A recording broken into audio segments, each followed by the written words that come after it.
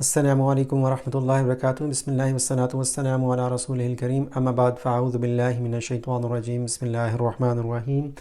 آخرہ سے بننے والے الفاظ ہم دیکھ رہے ہیں، اس میں سے ہم نے فعل کر لیے ہیں، اسم میں سے بھی کچھ اسم کر لیے ہیں۔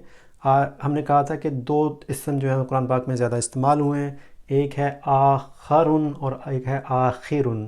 یہاں پہ آخرن ہو وہ قیامت کا جو ہوگا اس کے ریفرنس سے استعمال ہوگا، اور آخرن جو ہے یہاں پہ اس کا مطلب ہوگا عام طور پہ دوسرا یا بعد والا۔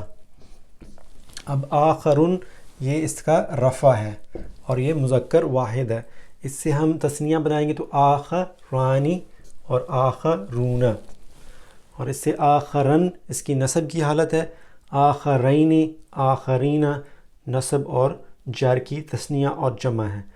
آخرن زیریں ہیں نیچے تو یہ اس کی جر ہے، اور آخرانی اس کی جر کی تثنیہ ہے، اور آخرین جر کی جمع ہے۔ اگر ہم اس سے مؤنث بنانا چاہیں تو جو قرآن پاک میں بہت زیادہ استعمال ہوا ہے وہ آخرن سے آخرتن استعمال ہوئی ہے، لیکن آخرن سے اگر بنانا چاہیں تو آخرتن،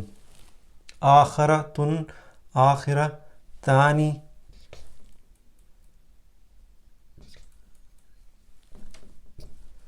اور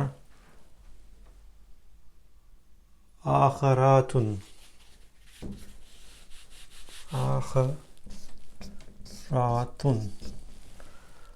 اور اسی طرح سے یہ بن جائے گی آخراتن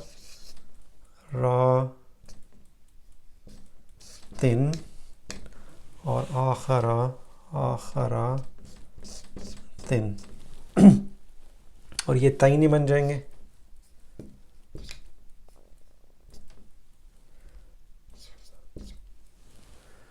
اور یہ بن جائیں گی آخرتن، آخراتن اور آخراتن۔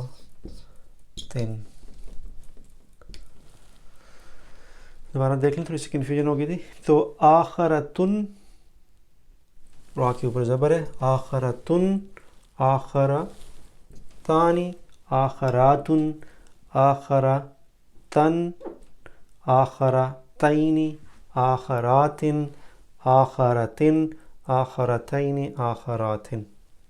تو یہ فعل اس کی جو ہے مؤنث کی ہم نے دیکھ لی کہ اس میں اسم کی رفع، نصب اور جر کی حالتیں، اور اس کے بعد ہم نے اس کا واحد،